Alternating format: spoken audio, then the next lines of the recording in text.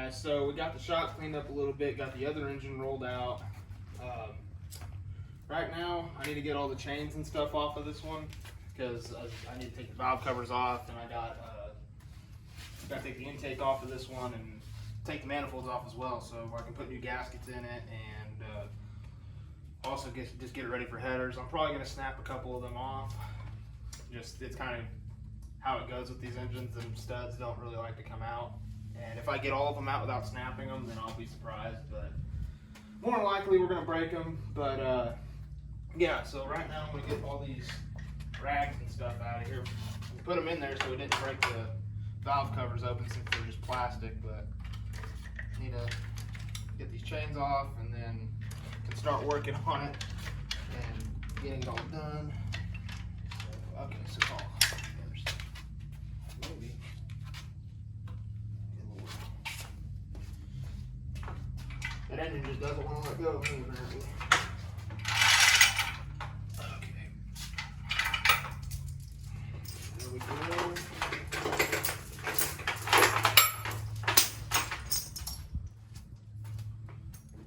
Get a bunch of rags back finally.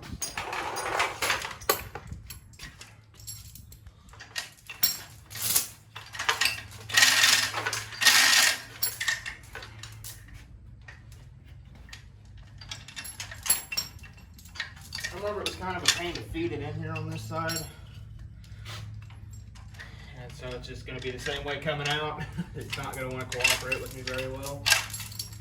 But we'll get it there. It's kind of a tight spot anyway. But okay, how the hell did I get that hook in there? Oh, like that, probably. If I had to guess, maybe.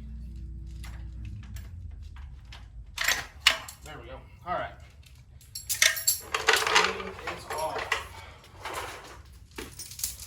Throw this in the corner of all my other chains and stuff that I got. All right. Now, get to work on this stuff. Okay, guys. So sorry about that last clip. I'll probably have to edit it a little bit. I walked away from the camera there, but I was just gathering all my parts out so I could show you exactly what everything I got. So obviously the headers, and those are my coil packs. That's the water pump, rear main seal. I'm just gonna go ahead and do it. And it came with the tool too, and it was like an extra $5 or something. And so that will require the flywheel to come off, but I'd rather take that off and fight and struggle to go that extra mile so this engine does not leak on me, because I really don't want any issues like that. And you can tell the valve cover, well, I don't know if it's leaking, but you know, because the oil fill side's right here, but obviously got some oil going on here. So we're just gonna tear all that apart and get new seals in there. Got our intake gaskets there that are out of the box, and then in the plastic there, that's the valve covers, obviously. Pretty sure they labeled which side's which on there somewhere too. That's why I ended up buying those, because they said which side. So I'll figure it out. I mean, it's not that hard, but yeah. So it's gonna be probably a little bit of a project to get it all together. And yesterday's video, I had said it's probably gonna take me about a month or two, and I'm not kidding, because I don't want to mess anything up. I've never had to freshen up a motor, I guess. And I don't want anything leaking on me, so I want to make damn sure I'm taking my time to put these seals in correctly, so I don't have to tear it back apart because I ripped a seal or something stupid, and then I get a big old oil leak, and then it's just, yeah, I don't want that. I wish I could have cleaned the motor, which I guess I still could. I could lay down a tarp and get engine degreaser and scrub it, but realistically, I don't care that much. I will be cleaning it out somewhat because it's got some gunk and stuff on it. I mean, it's not good, but so we will be cleaning it a little bit. I'm not gonna just throw it all greasy and grimy, and then I'll probably try to do a little bit of something to it, but I'm not gonna go over the top, like painting it or anything like that. So we're just gonna tear it down, put seals in it, freshen it back up, and then slap it back in there.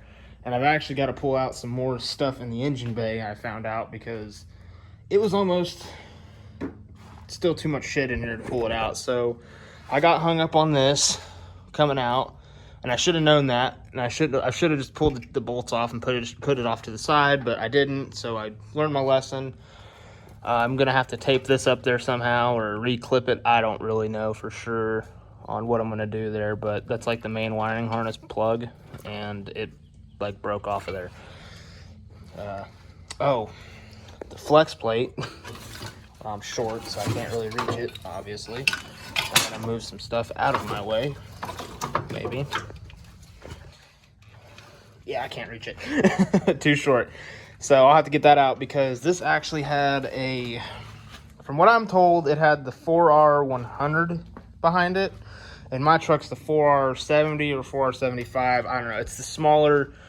It's like comparing a 4L60 to a 4L80. Like, it had the heavier duty tranny behind it, and this is the smaller. This is like basically the Ford's equivalent of a 4L60, except for built way better because I've put this thing through hell and back, and it still shifts just fine. So it doesn't go and have like a bunch of neutrals in every gear you go into. It's great. So I know that tranny's good. I've tested it, but I guess these plates here, they're different though. So I'm gonna have to take that one and put it on this engine. I don't want to forget that really, because, well, it's kind of important that you don't, in my opinion. I guess I don't know what it really does, of how much it'll affect it. I'm guessing it's just kind of like a spacing thing, but I'm not for sure on that really. But just told that I need to, if I have a different tranny, I need to switch them out because they're different. So I'm going to be doing that as well.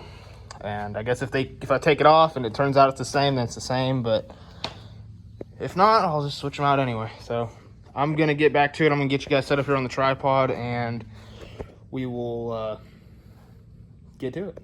All right, guys. So I had another clip, but the girlfriend noticed that I was kind of like filming my back and stuff and not really focusing on what I was working on. So we moved the camera around, and now we're starting. All I've done so far is just started loosening my intake bolts, and that's all I've done so far. But I hope you guys are enjoying the content. I know it's not very, I guess, entertaining from my perspective. I know it's not entertaining, but I just hope y'all enjoy what I'm doing, and I do appreciate the people that are supporting me and watching the channel and sharing it around and all that, because I really would like to get this channel to grow a little bit bigger while this truck is progressing. And I know it's going to be kind of hard doing that at the start, but I do feel confident that over time, while I'm trying to get this truck running, we will make a lot of progress on getting viewers into the channel, more people watching, and that's always the goal, right? That's what I want to happen, and I hope it happens. I really do, because as the further I get into this whole YouTube thing, the more fun I find it to be that I'm filming and people are watching it. And it is a little awkward at first because I know there's just people I don't even know who are watching me, but I find enjoyment out of it. So I hope you guys enjoy the content that I am making, and please leave a thumbs up and share it around with all your friends, buddies, moms, dads, don't matter. Just share it around so it can get viewed, and because I would like to make more content, I really would. Because I don't want this to be the only build that I work and focus on the channel. I'd like to get, a few more projects going after this one, once it's running and driving, which we already have one lined up.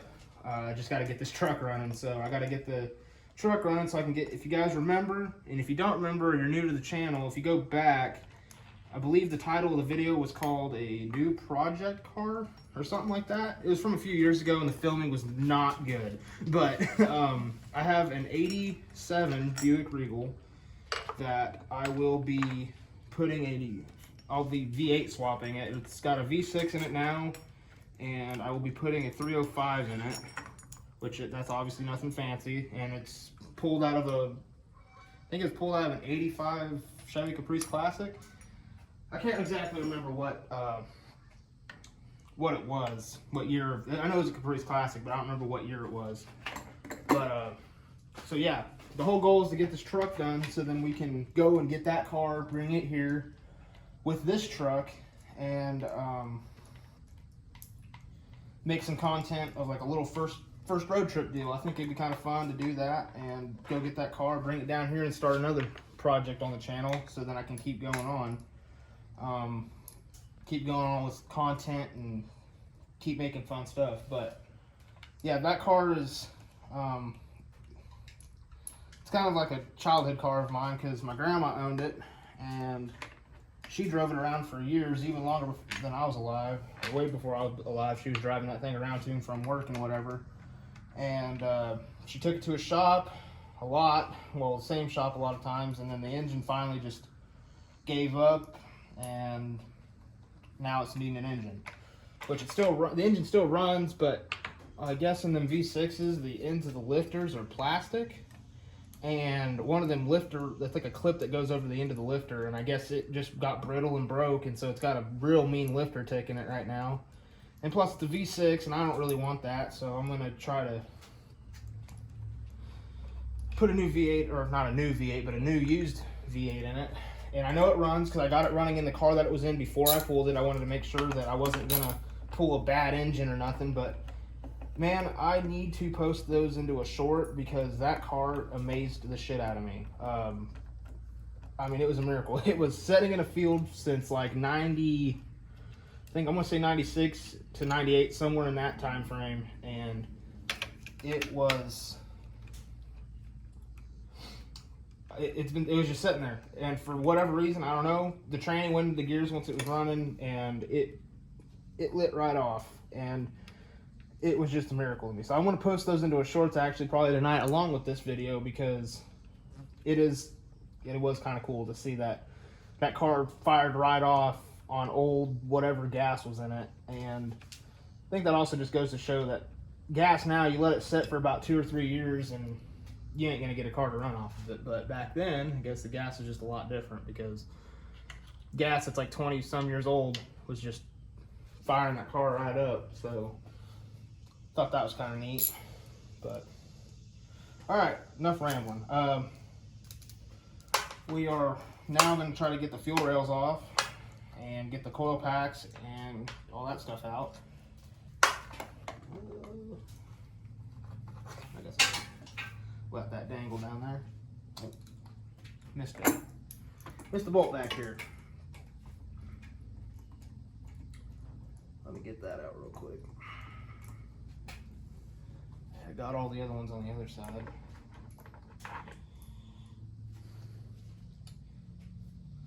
So on these intakes, you got 5 bolts also, and they all run along the sides. And you wouldn't think that they'd fuck you and put them in the back, but don't think that, because they did. They've got 2 bolts in the far back, and when I'm talking, they are way back there, and you cannot see them. I mean, you cannot see them. The fuel rail, the fuel lines come over it on this side. They come up and they clip on right here, and so those go over this bolt, and then the heater core hoses, I believe, run over this one, and you cannot see it. You blindly have to put a socket on there and break it loose and take them out. I mean, it is a pain. So yeah, that's why I'm doing all this outside of the truck. It just makes way more sense to do it outside of the engine bay, because it's just, when you get this engine in there, it becomes almost impossible in my eyes to really do a whole lot, unless you obviously take the radiator and the intake off. Then it gets a little easier, because you get a little bit more room to work with in case you have to go deeper into the engine or whatever. But I mean, that's just my my viewpoint on that whole deal, is that these engines are a lot easier to work on outside of the vehicle. And to be honest, I don't even know how that guy that I bought this engine from pulled this engine with the intake still on. I don't know if he just cut everything out of his way or what he did, but I guess he got it out, and as far as I know, there's no holes in it or anywhere or nothing like that, so should be okay. But yeah, there it is. Alright, so we're gonna get these fuel rails off of here. Just 2 little bolts right here and here. And obviously the injectors, you gotta get the injectors off. Oh, I guess they're already loose. He had them loose at one point. Cool. it just makes me wonder, like, what else is loose on this engine that I'm gonna find that I'm not gonna want to find later on. Because I've seen, which thankfully I'm replacing the coil packs, but he has them all loose. They are all, well, I guess that one's tight. This one's loose. Like, man, I don't know about all that, but if these are stock Ford, though, I think I might hang on to them because parts ain't getting to be any more reliable now, it seems. Like, if you can find stock OEM parts and keep them if they're working, just keep them, because, I mean, it's kind of, it's bad, but you go to the parts store and you buy a new part and you think, oh, it's going to be fine, and then it's really not. It only lasts you a couple months or whatever that may be, and you're not, it's no good. So I'm going to hang on to those, and I guess I'm missing 2 of them. He must have took them, but that's no big deal. We have 6 of them, it looks like.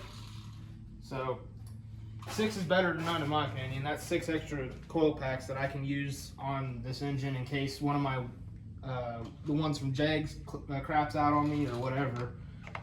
I can just use one of these, and they look to be Ford OEM, but I guess these don't. These don't look like those over there, so I don't know. We'll just see how it. So I believe on the boots it says like FOMOCO or whatever the branding is for Ford there. But man, look at a long ass bolt in there. Okay, there we go. And here's another reason I need a bench. I don't know if you guys can see it. I'm sure you can because the whole engine view. But all these bolts, I'm just setting them here.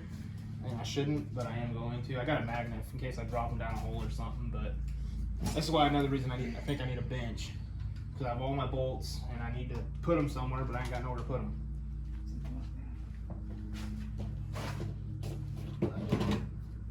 All right. Now I need to pull the coil packs off and get the coil packs out. They have all these little bolts on each coil pack has 1 bolt on it. Pop the bolt out, pull them out, all that fun stuff. But I got scatterbrain. I'm on the injector, so let's get the fuel rail injectors off, and then we can worry about the coil packs. Because once you get this off, they can, if you can look and see, I guess on this side maybe, the fuel rail goes over the coil pack, and in my opinion, it's easier just to pull the rail and then injectors as well, and then get the coil packs out. So just pop them all out like yo, and do the same on the other side if you can. But I guess the whole, yeah. I probably could pull this all as one big unit now, just looking at that, because the whole thing is loose, and I'm sure the coil packs would pop right off with it. So I don't know. I'm probably overcomplicating it, but in my brain it sounded good. I'm just gonna screw these bolts back in here real quick before I get any further, so I don't forget what they go to. And all the old engine stuff I bagged and labeled it, but with this one, since I'm only going to be tearing it apart to put it back together, I'm not really going to get that serious in with it, I don't think. I'm just going to put her back together. I'm already losing bolts, how about it? But that's why you don't put bolts in your work area. That's right there. You drop them. Okay, so fuel rail is off, with hopefully good injectors. I don't know if they are. They kind of look clogged and bad, but we'll see. Oh, just bounce her off the limiter a couple times. It'll clear it up. It ain't no big deal. I need to get these bolts out of here. Give me 1 sec, guys. So I'm gonna clean up my work area. Oh shit, got a bolt wedge down in there. All right.